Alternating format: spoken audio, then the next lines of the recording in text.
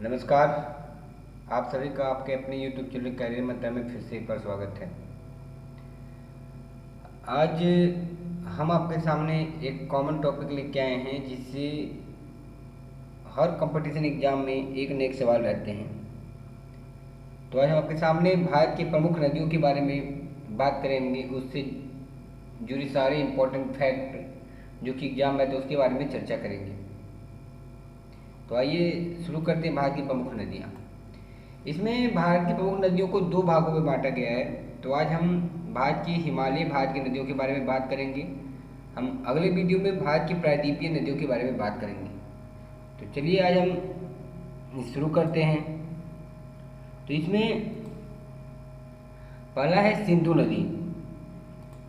तो सिंधु नदी की अगर उद्गम की बात किया जाए तो इसका उद्गम तिब्बत कैलाश मानसरोवर से होता है। प्रवाह क्षेत्र यह भारत के जम्मू कश्मीर एवं पाकिस्तान में बहती है। भारत में पूछा जाएगा तो जम्मू कश्मीर, ऐसे ये पाकिस्तान में जाती है। तो ये मोहाना पाकिस्तान और अरब सागर में बनाती है। इसकी कुल लंबाई 2880 किलोमीटर है। अब सवाल पूछ दे कि इसके किनारे स्थित नगर, तो इसके किनारे स्थित नगर कराची है।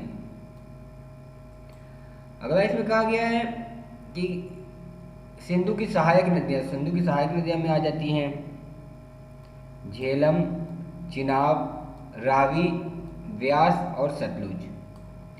और इसका विलय समुद्र में, अरब सागर समुद्र में इसका विलय हो जाता है। तो आगे चलते हैं। सिंधु नदी के बाद तो अगली नदी है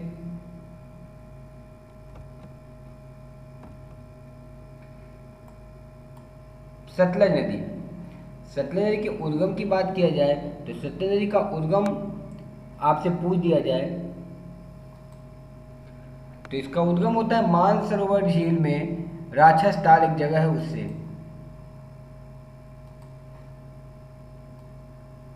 और इसकी प्रवाह क्षेत्र की बात करें तो यह हिमाचल प्रदेश, पंजाब और पाकिस्तान में बहती है। मुहाना मिठानकोट के निकट सिंधु नदी में ये मुहाना बनाती है। मिठानकोट के निकट सिंधु नदी में इसका मुहाना बनाती है।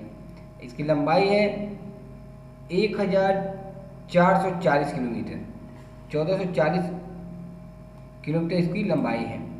इसका विलय महाबलपुर में यह नदी चिनाब नदी से मिलती है। और इम्पोर्टेंट जो सवाल पूछता है, कई बार ये सवाल, कितनी बार ये सवाल पूछा जा चुका है कि भाखड़ा नांगल बांध हिमाचल प्रदेश के बिलासपुर जिले में सतलुज नदी पे बनाया गया है। तो पूछ दे भाखड़ा नांगल बांध किस नदी पे है, तो ये सतलुज नदी पे है। इसमें एक और जानने वाली बात है कि राजस्थान की जीवन रेखा कहे जाने वाली प्रमुख इंदिरा गांधी नहर में जल का एकमात्र स्रोत सतलुज नदी है। अगर आपसे पूछे कि इंदिरा गांधी नगर में जल कहाँ से आती है, तो इसका आंसर हो जाएगा सतलुज नदी से। अगला चलते हैं। सतलुज के बाद अगला है व्यास नदी। आप मैप में भी देख सकते हैं। तो व्यास नदी के उद्गम क्षेत्र की बात करें तो ये रोहतांग दर्रा से ये उद्गम होता है। इसके प्रवाह क्षेत्र की बात करें तो ये हिमाचल प्रदेश और पंजाब में बहती है। और ये मुहाना की बात करें तो ये मुहाना, अगर मुहाना की बात करें तो ये अपना मुहाना हरिकेश के निकट सतलज नदी बनाती है।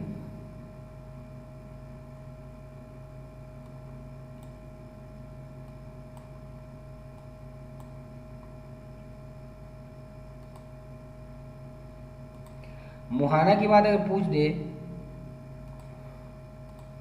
तो ये मुहाना हरिकेश नदी सतलज नदी में बनाती है।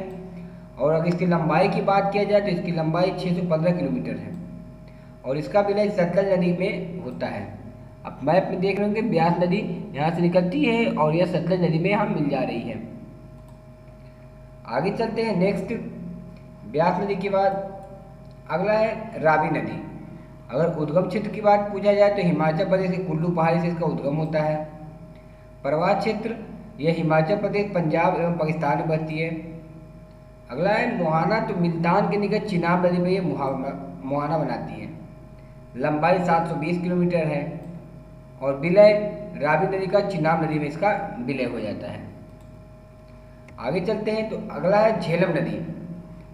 उद्गम इसका शेषनाग झील में होता है। प्रवाह क्षेत्र इसका जम्मू कश्मीर एवं पाकिस्तान है। और मोहाना की बात की जाए तो ये मोहाना पाकिस्तान में चिनाब नदी पे बनाती है और लंबाई 725 किलोमीटर है। आप मैप में झेलम नदी को देख सकते हैं। मैप में झेलम नदी को देख सकते ये आती है और यहाँ पे ये मोहाना बना रही है। यहाँ पे ये झेलम नदी यहाँ से आती है और यहाँ चिनाब में भी मिल जा रही है। आगे चलते हैं तो अगला है चेनाब नदी। चेनाब नदी मैप पे आप देख पा रहे हो चेनाब नदी के बारे को। इसके उद्गम क्षेत्र की बात करें तो हिमाचल प्रदेश के 12 लाचा दर्रे में इसका उद्गम होता है। प्रवाह क्षेत्र हिमाचल प्रदेश, जम्मू कश्मीर और पाकिस्तान। मोहाना पाकिस्तान में सतलुज एवं सिंधु नदी पे। लंबाई 1180 किलोमीटर। इसका विलय झेलम नदी में होता है। अगर आपको देख पा रहे होंगे तो ये नदी आके झेलम नदी में मिल जा रही है। अगला इसमें एक पावर प्रोजेक्ट है, बागलीहार हाइडल पावर प्रोजेक्ट। ये याद रखने वाली बात है। अगर आपसे पूछा जाए बागलीहार हाइडल पावर प्रोजेक्ट किस नदी पे है तो वो चेनाब नदी पे है। आगे चलते हैं तो अगला है गंगा नदी। इसका उद्गम स्थान पूछा जाए तो गढ़वाल में हिमालय के गौमुख नामक स्थान से गंगोत्री हिमनद से ये निकलती है। गंगोत्री हिमनद से ये निकलती है। अगर प्रवाह क्षेत्र की बात पूछा जाए तो ये उत्तराखंड, उत्तर प्रदेश, बिहार एवं पश्चिम बंगाल में बहती है। ये मोहाना बंगाल की खाड़ी में डेल्टा बनाती है जो कि सुंदरबन डेल्टा के नाम से प्रसिद्ध है। कुल लंबाई 2525 किलोमीटर है।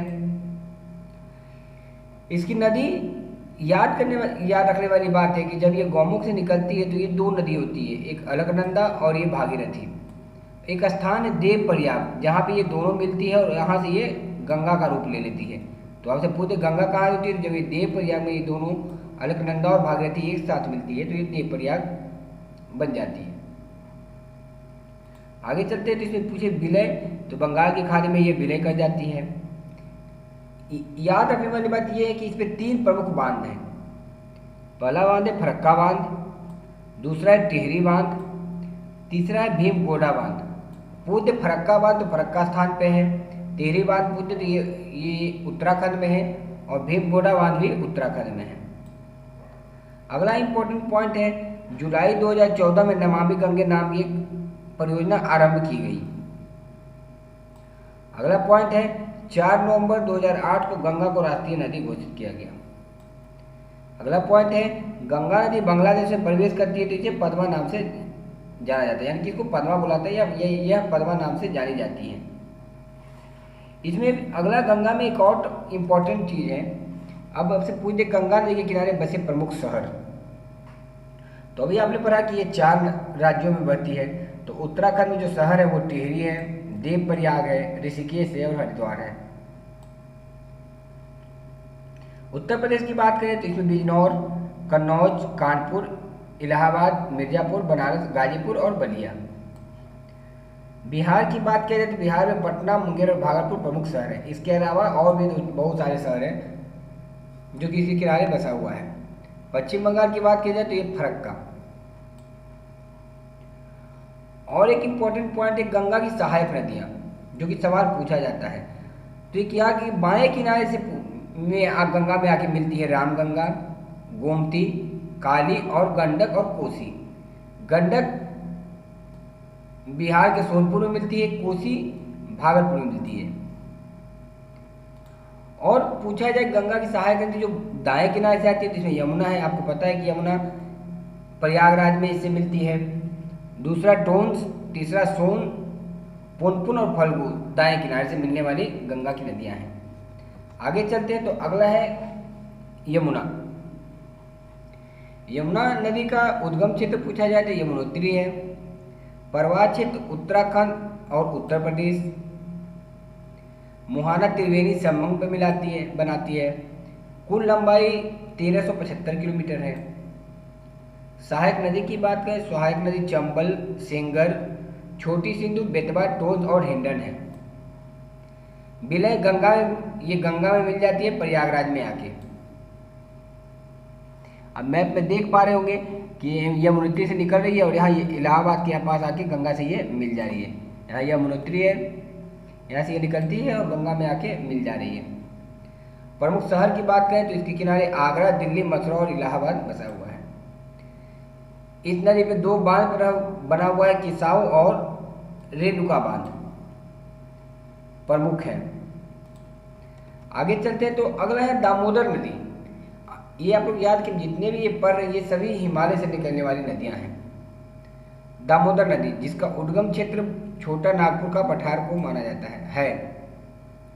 ये पर इसका प्रभाव पश्चिम बंगाल और झारखंड में ये नदी बहती है। ये मुहाना पश्चिम बंगाल में डायमंड हार्बर के निकट हुगली नदी में बनाती है। लंबाई 592 किलोमीटर है। इसका विलय बंगाल की खाड़ी से पहले हुगली नदी में होता है। सहायक नदी कोनार और बराकर।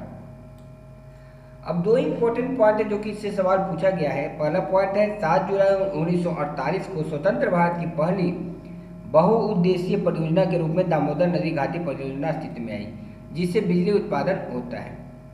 इस नदी को बंगाल का शोक कहा जाता है। अब आप पूछेंगे बंगाल का शोक क्यों कहा जाता है? क्योंकि इस नदी से हमेशा बंगाल में बाढ़ आते रहती है। इस कारण इस नदी को बंगाल का शोक कहा गया है। अगले नदी की बात करें तो अगला नदी है ब्रह्मपुत्र नदी, जिसका दूसरा नाम है सांगपो नदी। अगर बात करें उद्गम क्षेत्र का तो ये तिब्बत के पुरंग जिले में स्थित मानसरोवर झील से निकलती है। अगर प्रवाह क्षेत्र की बात करें तो ये नेपाल, भारत एवं बांग्लादेश में बहती है।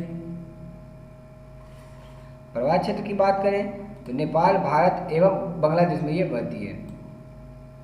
ये मुहाना बंगाल की खाड़ी में बनाती है जो कि सुंदरबन के नाम से प्रसिद्ध है। लंबाई 2900 किलोमीटर है। इसकी सहायक नदी है लोहित, धनसिरी, कापिली, सुबनसिरी, तिस्ता और बराक। इसके किनारे प्रमुख शहर गुवाहाटी है, तेजपुर भी है। विलय बंगाल की खाड़ी में इसका विलय हो जाता है। इम्पोर्टेंट बात यह है कि बांग्लादेश में ब्रह्मपुत्र को जमुना नदी के नाम से जानते हैं और जब ये पद्मा नदी से मिल जाती है तो इसको मेघना नदी के नाम से जानते हैं। अब सवाल ये बनता है कि जब ये नेपाल से जाती है तो भारत में सबसे पहले किस राज्य में जाती है? तो यहाँ नीचे लिखा हुआ तिब्बत में बहती हुई नदी भारत के अरुणाचल प्रदेश राज्य में सबसे प्रथम प्रवेश करती है। सबसे पहले प्रवेश करती है। आशा करता हूँ हमारे द्वारा बताया गया सवाल आपको पसंद, जो इम्पोर्टेंट फैक्ट मैंने नदी के बारे में बताया, आपको पसंद आए होंगे। आप हमारे वीडियो को ज़्यादा से ज़्यादा शेयर करें और सब्सक्राइब करें ताकि अपने दोस्तों के साथ शेयर करें ताकि उन्हें भी ये लेटेस्ट जानकारी मिलती रहे। धन्यवाद।